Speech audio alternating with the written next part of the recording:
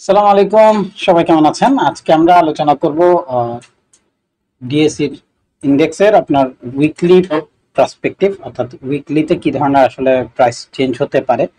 এটা আজকে 21 তারিখ থেকে, আমাদের 21 তারিখ থেকে 28 তারিখ পর্যন্ত যা হতে পারে একটা সম্ভাব্য আমরা একটা সিনারিও রেডি করে রাখবো। আগামীতে আমরা এটা হয়তো একটা পার্সপেক্টিভ দেখবো। এখন প্রথম যে বিষয়টা নিয়ে আমি একটু দেখাবো বা চিন্তা ভাবনা করি সেটা হচ্ছে আমাদের এখানে যে লাস্ট ক্যান্ডেলটা হয়েছিল উইকলিতে, সেটা হচ্ছে 4754 থেকে শুরু করে লাস্ট আপনার হাই ছিল এটুক পর্যন্ত, সেটা হচ্ছে এইখানে 4800। আচ্ছা, এখন 4800 যদি এরিয়া দেখে আমাদের সুইং কোনটা, আপাতত সুইং হচ্ছে এটা। আমাদের আরেকটু ভালো মুভমেন্ট পেতাম যদি আমরা এখান থেকে সরাসরি মার্কেটটাকে পেতাম 4569 যে লেভেল, মূলত এখান পর্যন্ত যদি প্রাইস পৌঁছাতো তাহলে আমাদের মুভমেন্ট আরেকটু কার্ভলি হয়তো আমরা স্ট্রেট পেতাম। আচ্ছা যাই হোক, যেটুকু আছে এটুকুর মধ্যে যদি আমরা হিসাব করি, যেহেতু আমি চাইলেও এটাকে চেঞ্জ করতে পারবো না, সো আমরা এই মুহূর্তে রানিং এ যেখানে আছে প্রাইস সেখানের উপরে ডিটেকশনে আসবো।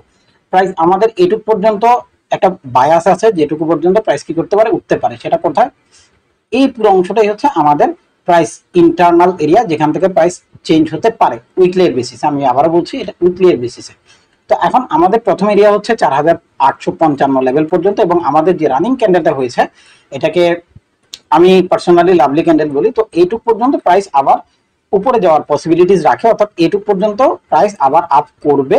তবে এখন যেখানে আছে, যেহেতু এটা 50% পর্যন্ত আমরা দেখতে পাচ্ছি ড্রপ ডাউন হয়েছে, তো আরো কিছু হয়তো কিছুটা নামবে, নেমে দেন উপরের দিকে যাবে, এবং এইটুক পর্যন্ত আমাদের প্রথম এরিয়া হিসেবে আমরা এটাকে বিবেচনা আনবো। তারপর হয়তো আবার নিচে নামবে, বা এইটুক পর্যন্ত 4899, 550 থেকে 89 ডিফারেন্স অনেক বেশি না, 30-এর মাত্র। অর্থাৎ একদিনে ক্যান্ডেল পেলে আমরা হয়তো এটাকে ফিল আপ করতে পারি। যদি এখানে আমাদের কাছে এই মুহূর্ত পর্যন্ত কোনো গ্রিন ক্যান্ডেল নেই, আমাদের পুরো পার্সপেক্টিভ রেডি হয়েছে এই অংশে, অর্থাৎ এখানে যা আছে পুরোটা একটা সিঙ্গেল রানের মধ্যে আমরা হিসাব করব। চলেন এবার ডেলি এর দিকে একটু তাকাই, ডেলি আমাদেরকে কি বলছে বা ডেলি এর পার্সপেক্টিভ কি হওয়া উচিত।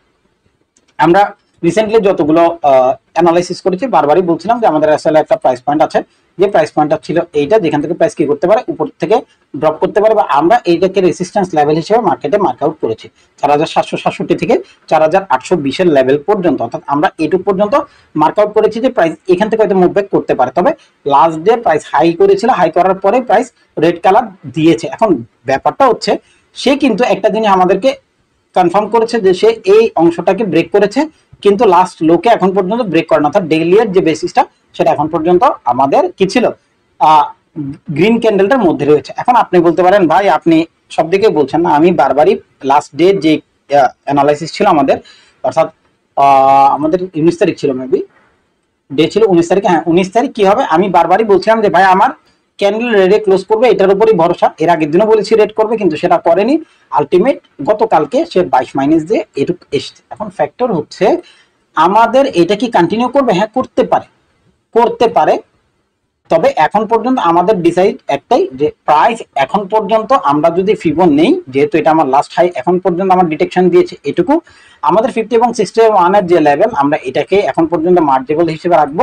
এটা আমাদের এরিয়া, এটা এটুক পর্যন্ত রিট্রেসমেন্ট আসবে, তারপরে আবার নতুন করে বাইব্যাক করবে, যেটা আমরা উইকলি এর বেসিসে বলছি যে প্রাইস হয়তো এটাকে ব্রেক করে এটুকু যাবে বা এটুকু যাবে। সেটা কিন্তু আমার পরবর্তীতে কখন, যখন এই রিট্রেসমেন্টটা এইটুকু, এটার নিচে এইখানে 38 এর লেভেল, 4722, 4696, এই এরিয়াগুলোতে রিয়েক্ট করার পরেই আলটিমেটলি আসবে। তবে প্রাইস যদি কোনো কারণে এটাকে ব্রেক করে ফেলে, আমরা 15 মিনিটের দিকে, 15 মিনিটে না যাই, জাস্ট আমি বোঝানোর জন্য জিনিসটা বুঝাচ্ছি, যেহেতু আগামীকালকের জন্য আর কোনো ভিডিও বানাবো না, জাস্ট এই জিনিসটার দিকে একটু তাকাবো, পরেরটা আমি কালকে আবার বানিয়ে দেবো, সমস্যা নেই। পরশু দিনে কি হবে, এখানে এসে সাপোর্ট করবে, এখানে সাপোর্ট করার পরে কিছুটা উপরে যাবে, প্রিভিয়াস হাইকে যদি ব্রেক না করে, অর্থাৎ 4804 যদি ব্রেক না করে, আলটিমেটলি সে ড্রপ করবে।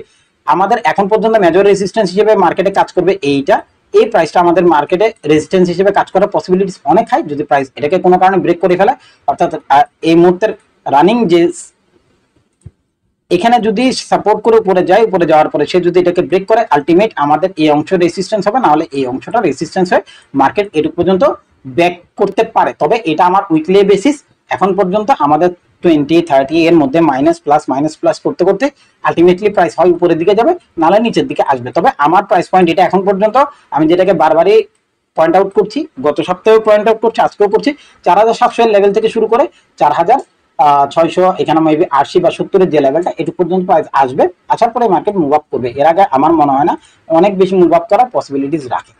আমাদের হাই আমরা দেখিয়ে দিয়েছি অলরেডি, আমাদের হাই হচ্ছে 4900, 4900 তো হ্যাঁ 4865 এর উপর বা তার আশেপাশে কোথাও, এবং এটা হচ্ছে 4989, 889 অর্থাৎ 4900 এর লেভেল পর্যন্ত প্রাইস হয়তো মুভ ব্যাক করতে পারে। এইগুলো পরেরটা পরে, তবে এখন পর্যন্ত আমাদের যেটা সেটা হচ্ছে উপরের দিকে। ঠিক আছে, প্রাইস ড্রপ করবে, ড্রপ করে উপরের দিকে যাবে এমনটা আশা করছি। এবং যেহেতু আমাদের উইকলি বেসিসে এই প্রাইস পয়েন্টটা ক্রিয়েট হয়েছে, এটা সে কিছুটা ড্রপ ব্যাক করে উপরের দিকে যাবে এবং এটুক পর্যন্ত সে ফিল আপ করবে এমনটা আমি আশা করছি। থ্যাংক ইউ, ভালো থাকবেন।